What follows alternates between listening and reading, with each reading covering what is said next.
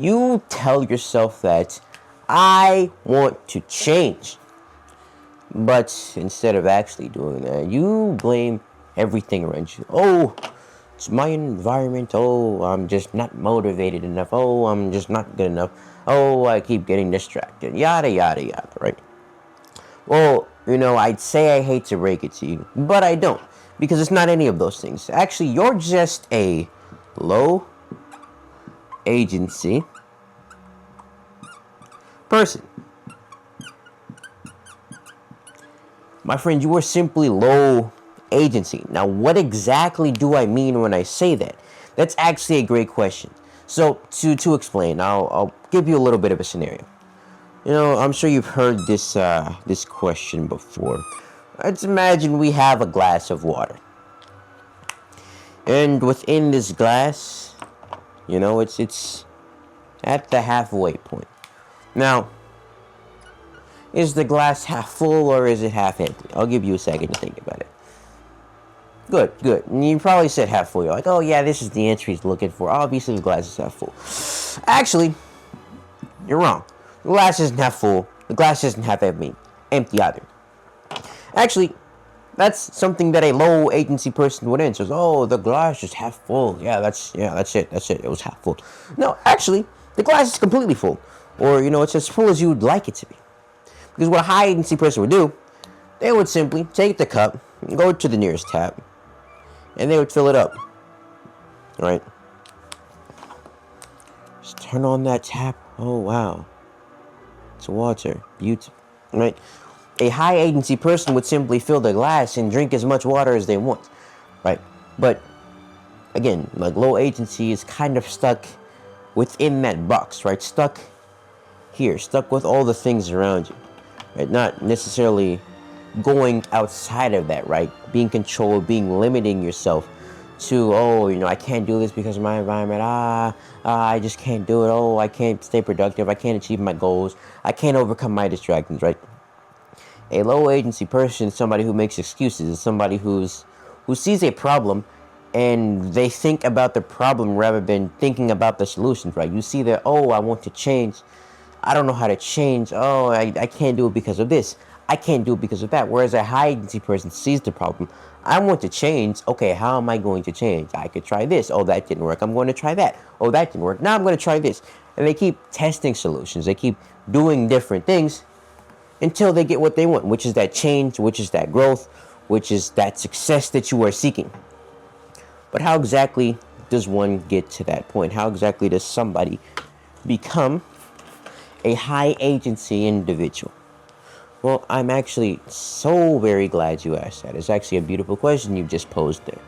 So, the first step to becoming a high agency person is that you need to have an action first. Do first. Action first, right? Whenever faced with a problem, whenever faced with something that you have to overcome, something that you have to, establish your dominance over, we'll say, right? Rather than thinking, how am I, oh my goodness, this is so tough, what am I supposed to do? You just think, okay, I have this problem, what am I going to do to solve it? And you just pick the first thing, pick something, and take action towards it, right? Because the thing with taking action first is that you put yourself in a very beautiful loop, right? Because action leads to a result. Action, result. Right, and from that result, you gain information. And because you have that information, now you get to think, you get to process, you get to improve. And then once you've improved, now your action is better. And you're going to keep flowing in this cycle, acting, achieving, learning, improving, until your actions get so good, until your actions reach that point where now that problem is no longer a problem, right? You've leveled yourself up to where that problem is not something that you have to think about. It's just something, okay, I don't care. I'm just going right through it, right? It's the power of being action first, right? High agency people are people who understand, okay, I'm going through this thing right now. There's this problem in front of me. I'm just going to do something. And by doing something, I'm putting myself in a high agency loop, right? So yes, first thing you want to do is have that action first mindset. Now, actually, I'll leave it on the board. Step 2 is that, well, you have to have a plan, right? You can't go into things without some sort of plan, some sort of, even if it's just bare bones, right? You should always have some sort of structure, right? You need structure, because without structure, then you aren't really going to accomplish anything, right? You're kind of just going without direction, right? So again, right, there's two pathways here. You could either act kind of just randomly, you're just going in random directions, right? Let's imagine that instead of following that loop, you're kind of going over here, now you're going over there, now you're going over there, now you're going this way, right? You're not really getting to that result because, again, you didn't have a plan. You hadn't planned it out. You just thought, okay, you said do something, I'm gonna, it's time to take off. Oh yes, let's go, right? But you have to think. Something my dad always told me is think, think, think, right? He said it 3 times, right? It must have been really important. Because again, you can't go into things without a plan. There has to be some sort of structure, some sort of bare bones, right? There's a lot of people wake up and they don't even know what they're going to do throughout the day. They have no plan. They haven't established any, what am I trying to say? They haven't really established any check marks, right? Any metrics that they were going to hit, anything that they wanted to accomplish, and then you wonder why you spend the entire day wasting your time. Well, you didn't plan anything, right? If you wake up without a plan, then you're going to act without a plan, and you're going to naturally take that path of least resistance, which is you scrolling, which is you getting distracted, which is you not accomplishing anything, right?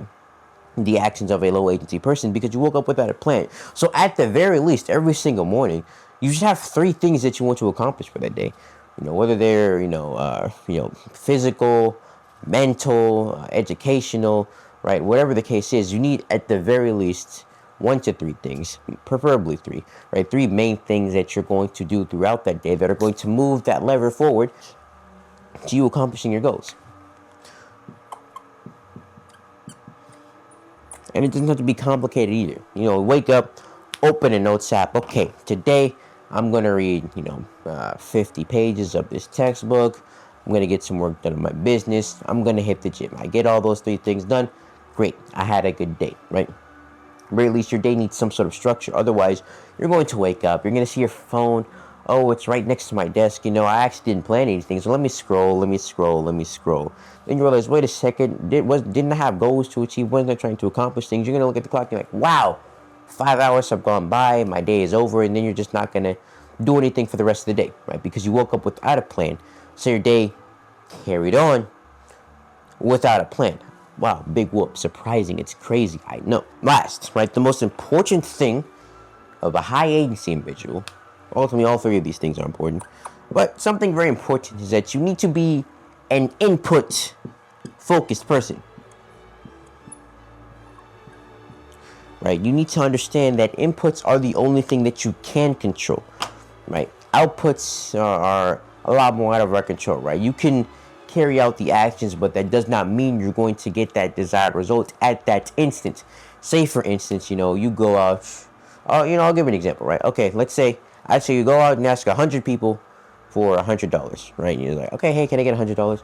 Right? You can't really control whether or not that person is going to give you $100, right? But eventually, right, if you ask 100 people every single day, can I get $100? Eventually, you're going to come across that person who gives you $100, right? But if you only think about that output, you're like, oh, okay, can I get $100? Oh, I just asked one person, he said, no, I'm not doing this anymore. I quit, right? You focused on the outcome rather than the input. Because again, when we focus on the output, when we don't get that output, we're going to get discouraged. We're going to get demotivated. We're going to get defeated. We're going to get knocked down. I'm not doing this no more. I'm quitting, right? But if we focus on the input, if we focus on, okay, did I talk to 100 people today? Yes, great, I had a good day. Let's do it again tomorrow. Oh, did I talk to 100 people today? Oh, I only talked to 80. I got to hit 20 more. Then I'll have a good day. We'll do it again tomorrow, right? When you focus on the inputs, right, you're increasing the likelihood by an extreme amount that you're going to keep going, but not only that you're going to achieve your goal, because inputs is something that you can control, right? If you're basing your success off an outcome that you can't control, you're setting yourself up for failure, right? So by being input first, input focused, only caring about, only concerning yourself over the things that are within your control, then you're setting yourself up for success. Because as we just identified in that example, well, you're not going to get discouraged, because as long as you're doing the things that you need to do day in and day out, then that's a win in your book. That should be a win in your book, right? So understand that if you are an action first person, get yourself in this positive loop.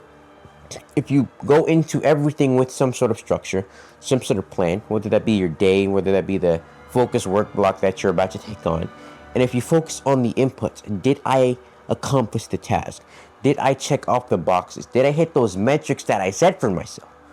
And then, congratulations, you are on your way to becoming a high agency person. And the thing about high agency people, they're very high achievers, and they are able to achieve their goals. So hopefully you found some value in this video. Hope you realize that, wait a second, I'm actually not lazy. I'm actually very capable of achieving my goals. I just had to change the way I think a little bit. And again, for those of you who are interested in really figuring out how to overcome all this procrastination, this dopamine, this scrolling, so that you're able to make genuine progress toward achieving your goals, well, click the first link in the description. I've started a program that highlights and goes over the exact method that I used to overcome all the things that were holding me back, the things that were stopping me from staying focused and locking in. And through that system that I built, I was able to grow my YouTube to 2,000 subscribers. My Instagram's over like 60K. My TikTok is growing as well, right? Because I was able to actually start focusing on the things that brought me success, rather than wasting hours upon hours scrolling anime, video games, yada yada. You get the idea, right? So for those interested, first link in the description. Otherwise, you can click this video here to learn something new, and I'll catch you in the next one. Peace.